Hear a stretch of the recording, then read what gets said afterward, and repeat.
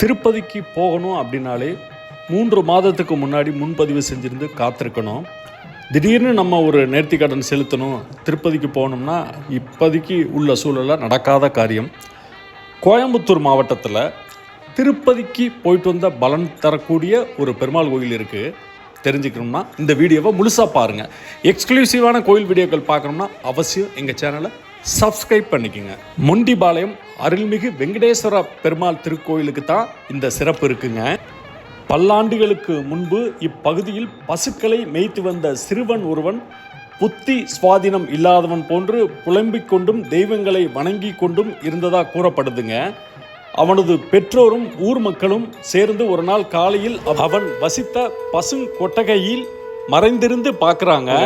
அப்போது அந்த சிறுவர் 4 சுமை புளியும் விறகுகளை நெருப்பில் கொளுத்தி எரிந்த பின் அதனை தனது கையில் அள்ளி வாழை இலையில் வைத்து அருகில் இருந்த ஒரு கிணற்றில் மிதக்க விட்டு அதன் மீது அமர்ந்து திருப்பதி சுவாமியை நினைத்து மந்திரங்களை கூறியபடி சுவாமியை அந்த சிறுவர் பூஜிக்கிறாரு. இக்காட்சியை கண்ட அவர்கள் சிறுவனின் வடிவில் வந்திருப்பது வெங்கடாஜலபதி என்பதை அறிந்து அவரை வணங்கி கோயில் எழுப்ப உத்தரவு கேட்டனர்.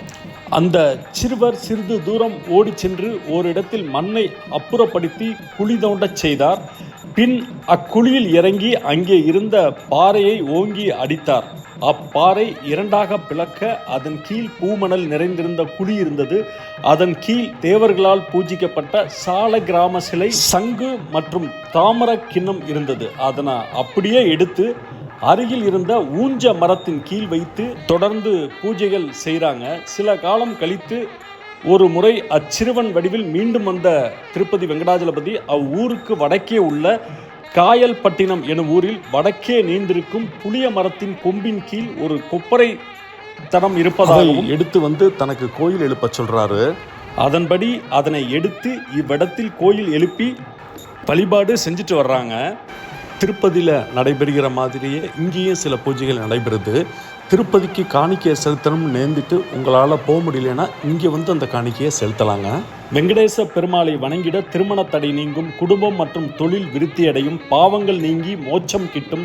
இந்த கோயிலில் கொடுக்குற மல்லி பொட்டினை நெற்றியில் இட்டுக்கொள்ள நோய்கள் நீங்கும். புரட்டாசி சனிக்கிழமை இந்த பெருமாளை வழிபடுறது அவ்வளவு சிறப்புங்க.